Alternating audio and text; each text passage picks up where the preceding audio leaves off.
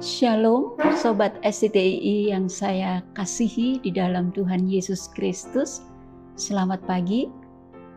Semoga hari ini lebih baik dari hari sebelumnya. Apalagi jika kita terus-menerus memelihara persekutuan dengan Tuhan melalui pembacaan dan renungan firman Tuhan yang dilakukan tiap-tiap hari. Sebelum kita masuk dalam pembelajaran firman Tuhan pada pagi hari ini, mari kita berdoa bersama-sama. Tuhan, kami bersyukur atas hari baru yang Tuhan berikan bagi kami, sehingga kami boleh menapaki hari ini bersama Tuhan, terlebih lagi ketika kami membaca dan merenungkan firman-Mu, agar kami dibawa pada kebenaran dan kami boleh menerapkan itu dalam hidup kami sehari-hari, sehingga ya Bapa, hidup kami makin dibentuk menjadi serupa dengan Kristus. Berbicaralah bagi kami semua siap untuk mendengarkan. Dalam nama Kristus Yesus firman yang hidup, kami berdoa. Amin. Apa yang Anda ketahui tentang konflik? Sekali lagi, pertanyaan saya di pagi hari ini.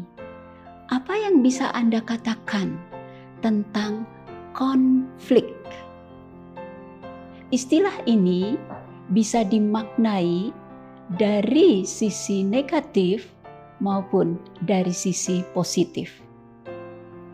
Dari aspek negatif, konflik selalu dihubungkan dengan permusuhan atau pertengkaran, atau bahkan marah-marah.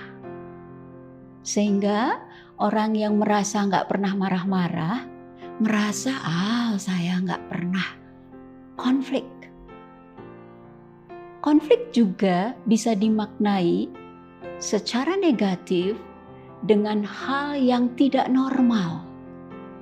Karena hanya orang yang tidak normal lah yang sering menghadapi konflik.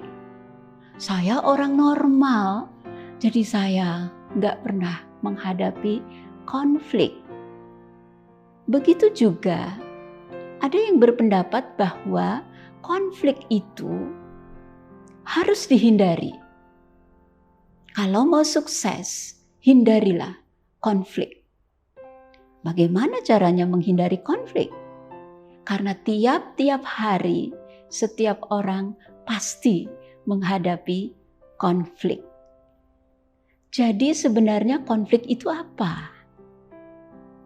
Dari sisi positif, konflik sebenarnya merupakan suatu situasi atau suatu suasana di mana ada dua orang atau lebih sedang mencapai satu tujuan yang sama.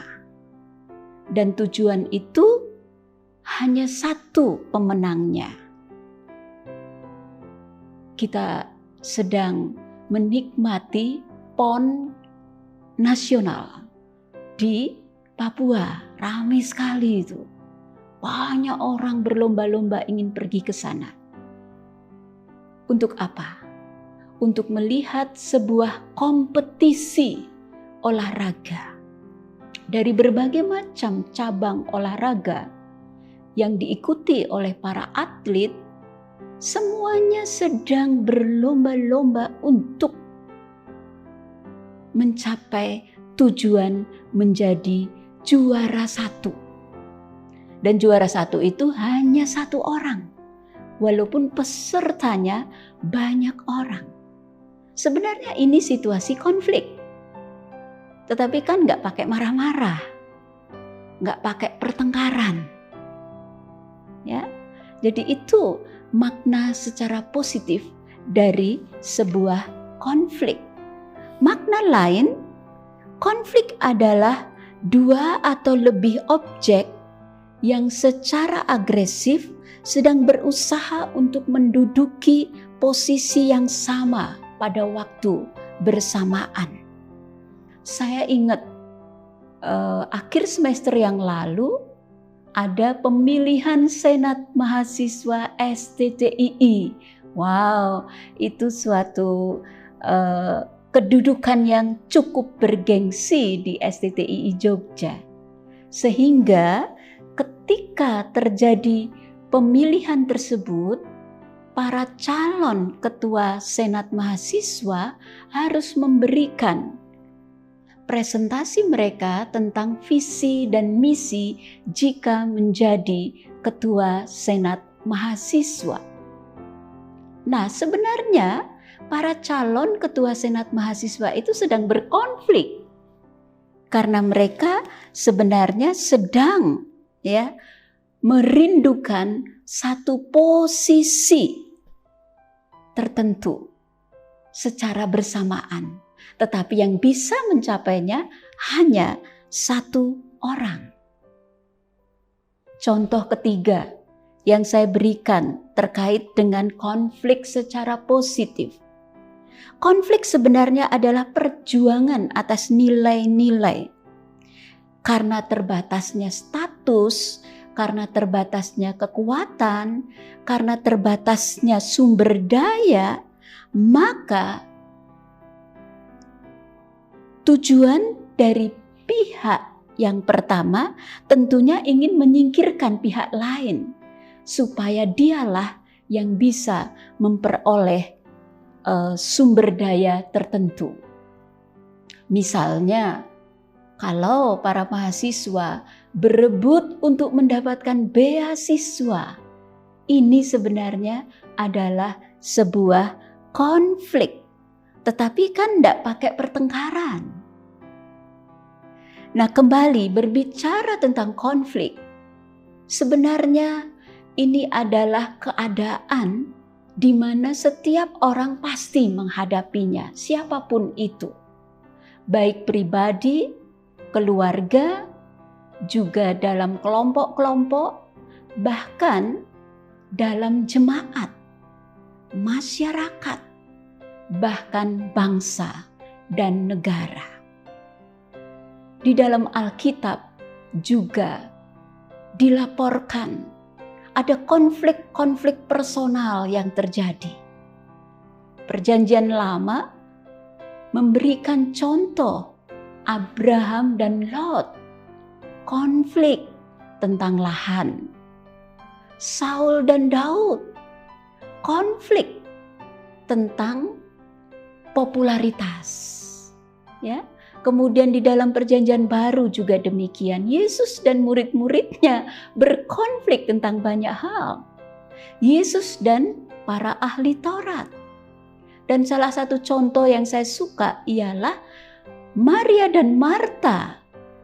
Kakak beradik, bersaudara, konflik juga terkait dengan bagaimana cara terbaik untuk melayani Tuhan. Ya, dan masih banyak contoh yang lain termasuk Paulus dan Petrus, Paulus dan Barnabas.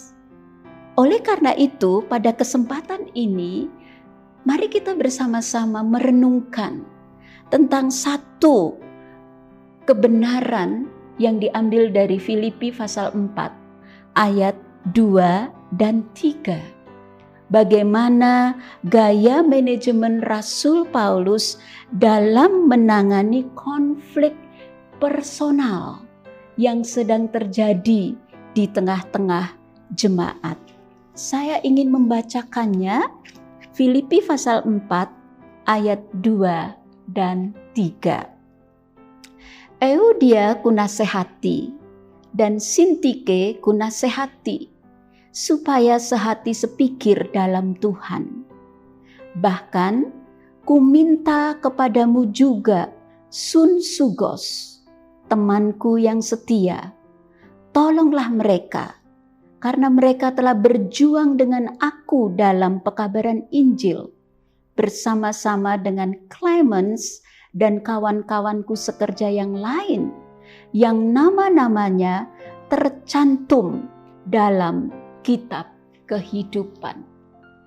Ini adalah merupakan teks yang sangat menarik karena teks ini merupakan bagian dari apa yang sedang disampaikan oleh Rasul Paulus kepada jemaat di Filipi, bahwa dalam kehidupan Kristen, jemaat harus hidup berpusatkan pada Kristus. Dalam situasi pada waktu itu, di tengah-tengah jemaat mulai ada ajaran-ajaran sesat, dalam arti ajaran-ajaran yang tidak sehat, yang mulai merasuk kehidupan jemaat. Misalnya dari kelompok orang Kristen Libertini, disebutkan di dalam Kisah Para Rasul 6 ayat yang keempat, yaitu orang-orang Kristen berlatar belakang Yahudi yang telah bebas dari budak dan mereka menjadi orang-orang yang mengikut Kristus. Mereka berpendapat bahwa untuk menjadi orang Kristen tidak usahlah mengikuti aturan-aturan tertentu, norma-norma tertentu. Toh kita sudah menerima kasih karunia dari Tuhan. Anugerah keselamatan dari Tuhan sudah kita terima. Untuk apa lagi kita mengikuti norma-norma tertentu atau aturan-aturan tertentu? Tapi di sisi lain, ada juga di dalam jemaat di Filipi tersebut orang-orang Kristen yang berlatar belakang keyahudian. Orang-orang ini sebaliknya justru menekankan norma-norma, aturan-aturan yang dikenal dengan hukum Musa. Oleh karena itulah, dalam masalah konflik personal yang sedang dihadapi oleh dua perempuan yang tertera dalam Filipi 4 ayat 2 dan 3 ini, Rasul memberikan nasihat yang begitu tegas. Memang kita tidak tahu apa penyebabnya dua perempuan ini mengalami dalam tanda kutip konflik. Tidak jelas di situ apa penyebabnya. Tetapi yang jelas ialah peristiwa ini dipublish oleh Rasul Paulus melalui suratnya tersebut, sehingga diketahui oleh semua jemaat. Tentunya peristiwa ini atau konflik ini pasti sudah berdampak luas bagi jemaat. Padahal dua perempuan ini sebenarnya adalah teman-teman seperjuangan Rasul Paulus dalam memberitakan Injil. Tapi toh ada konflik. Yang memang harus diakui di dalam tim-tim pekabaran Injil tidak selalu mulus, selalu ada saja konflik-konflik personal yang kalau tidak diselesaikan bisa menjadi permasalahan. Nah, kita ingin tahu bagaimana Rasul Paulus menangani konflik personal ini. Ini sebenarnya yang menjadi penekanan pada pagi hari ini. Apa yang dilakukan oleh Rasul Paulus dalam menghadapi konflik personal di tengah jemaat Filipi? Bagaimana Rasul Paulus memanage konflik yang ada? Yang pertama, Rasul meminta secara langsung agar kedua perempuan itu sehati sepikir di dalam Tuhan. Baik Euodia, yang sebenarnya makna dari kata Euodia ini orang yang memakmurkan, maupun Sintike yang makna dari namanya adalah orang yang menyenangkan. Sebenarnya sesuai dengan nama-nama tersebut, mereka seharusnya menjadi orang-orang yang memakmurkan dan orang-orang yang menyenangkan. Tetapi kenyataannya mereka berdua telah menjadi batu sandungan bagi jemaat, sehingga Rasul meminta dengan sangat, mendesak mereka, ya, memohon kepada mereka berdua untuk hidup dalam harmoni satu sama lain. Artinya Rasul meminta mereka hidup dalam satu pikiran yang standarnya yaitu pikiran Kristus. Jadi tidak ikut orang-orang yang mengikuti paham libertini atau orang-orang yang mengikuti paham Yudaisme. Kekristenan punya cara sendiri untuk hidup, yaitu hidup berpusatkan pada Kristus. Lihatlah pikiran Kristus, tirulah pikiran Kristus. Ini perintah yang disampaikan oleh Rasul kepada dua perempuan tersebut. Jadikanlah Kristus sebagai pusat hidupmu. Jadi Rasul langsung menasehati kedua perempuan itu. Hei Euodia dan Sintike, jangan selfie. Jangan hanya menuruti keinginan dirimu sendiri. Jangan dirimu sendiri yang menjadi pusat perhatian. Jadikanlah Kristus pusat hidupmu.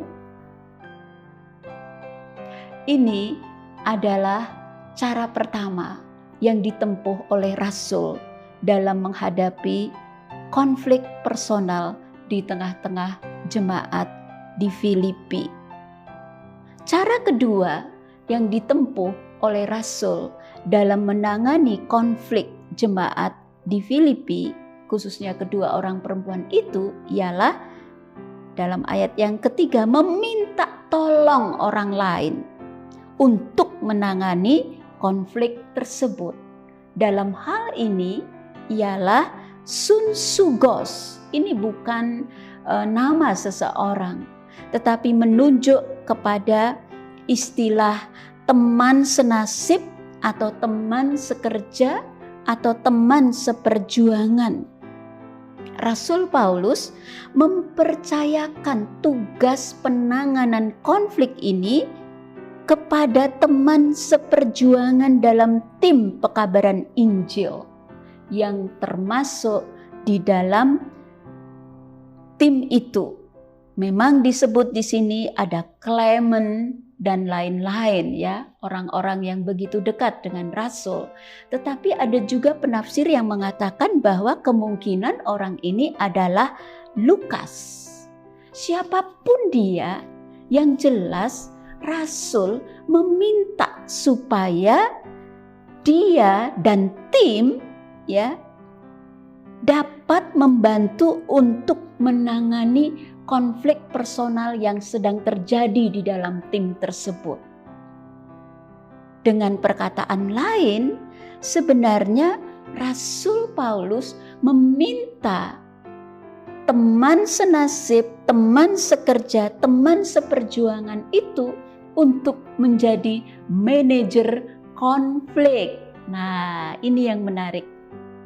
Ya, dia sendiri tidak berkonflik, tetapi dia diminta dengan rela hati menangani konflik yang sedang terjadi tersebut. Jadi kita lihat di sini ada dua cara yang ditempuh oleh Rasul dalam menghandle konflik. Cara pertama, langsung meminta kepada kedua orang yang sedang berkonflik agar mereka meneladani Kristus Dan cara yang kedua ialah meminta orang lain untuk menangani konflik tersebut. Apakah orang lain itu akan menangani dengan cara konfrontasi, atau dengan cara penghalusan, atau dengan cara menghindari, atau dengan cara kompromi, itu sepenuhnya dipercayakan kepada manajer konflik tersebut. Bersediakah kita jika di dalam tim kita terjadi konflik personal, kemudian kita rela untuk masuk di dalamnya dan membantu untuk menyelesaikan masalah tersebut? Tentunya dalam pimpinan Roh Kudus, siapapun bisa dipakai oleh Tuhan untuk menjadi alat dalam membantu memulihkan hubungan antara satu orang dengan orang yang lain menjadi lebih sehat lagi. Kiranya kita semua siap untuk dipakai oleh Tuhan menjadi pribadi yang memecahkan konflik, bukan menjadi penyebab konflik. Mari kita berdoa. Terima kasih ya Tuhan atas kesempatan pagi hari ini. Kami boleh belajar satu prinsip dari firman Tuhan, agar kami memelihara hubungan satu sama lain, sehingga dalam pekerjaan Tuhan kami bisa terus mengupayakan kerjasama yang baik, tidak menjadi batu sandungan, tetapi kami boleh menjadi alat untuk melayani orang lain. Secara khusus, hamba serahkan teman-teman dan siapapun yang sedang menghadapi persoalan hubungan satu sama lain. Mohon Tuhan memberikan hikmat agar kami cakap mengatasinya. Bahkan jika kami tidak terlibat di dalam konflik itu pun, kami siap untuk dipakai oleh Tuhan menjadi alat dalam menyelesaikan masalah demi masalah dalam komunikasi di antara personal demi personal.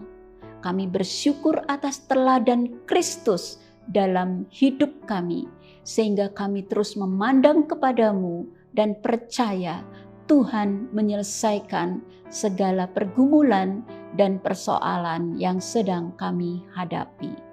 Dalam nama Tuhan Yesus kami berdoa. Amin.